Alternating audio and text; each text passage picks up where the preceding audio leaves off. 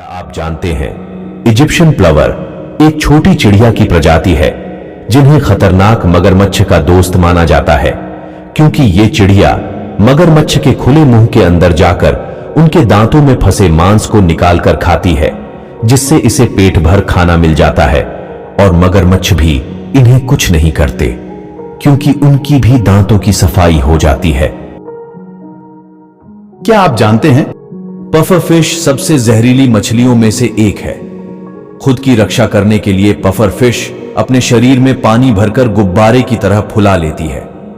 ये इतनी जहरीली मछली होती है कि इनके जहर से इंसान की मौत भी हो सकती है।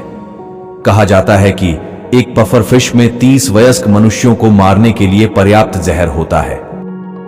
लेकिन आपको बता दें कि इनका जहर डॉल्फिन के लिए किसी शराब की तरह काम करती है और डॉल्फिन नशा करने के लिए पफरफिश को खाती है।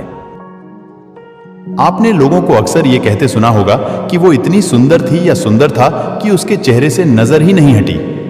लेकिन क्या आप जानते हैं, समुद्र की गहराई में पाई जाने वाली ब्लॉबफिश को दुनिया का सबसे बदसूरत जीव चुना गया है, जो बहुत कम ही तैरती है।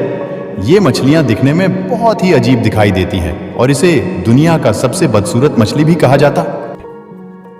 शार्क मछलियों के बारे में तो आपने बहुत कुछ सुना होगा, लेकिन क्या यह बात आपको पता है कि शार्क की एक ऐसी भी प्रजाति है जो इंसानों से 4 से 5 गुना ज्यादा साल तक जिंदा रह सकती है। तो आपको बता दें कि इस प्रजाति का नाम ग्रीनलैंड शार्क है, जो समुद्र की बहुत ही गहराई में पाए जाने वाली शार्क की एक प्रजाति है और इन्हें पृथ्वी पर सबसे लंबी उम्र तक जीवित रहने वाला जीव माना जाता है। ये शार्क 300 से 500 साल तक जिंदा रह सकते हैं और माना जाता है कि ये प्रजाति डायनासोर के समय की है। दुनिया में कई ऐसे पक्षी भी हैं जो सामान्य पक्षियों से काफी अलग होते हैं। ये पक्षी सिर्फ देखने में ही बाकियों से अलग नहीं होते, बल्कि इनका रहन सहन भी सामान्य पक्षियों से भिन्न होता है।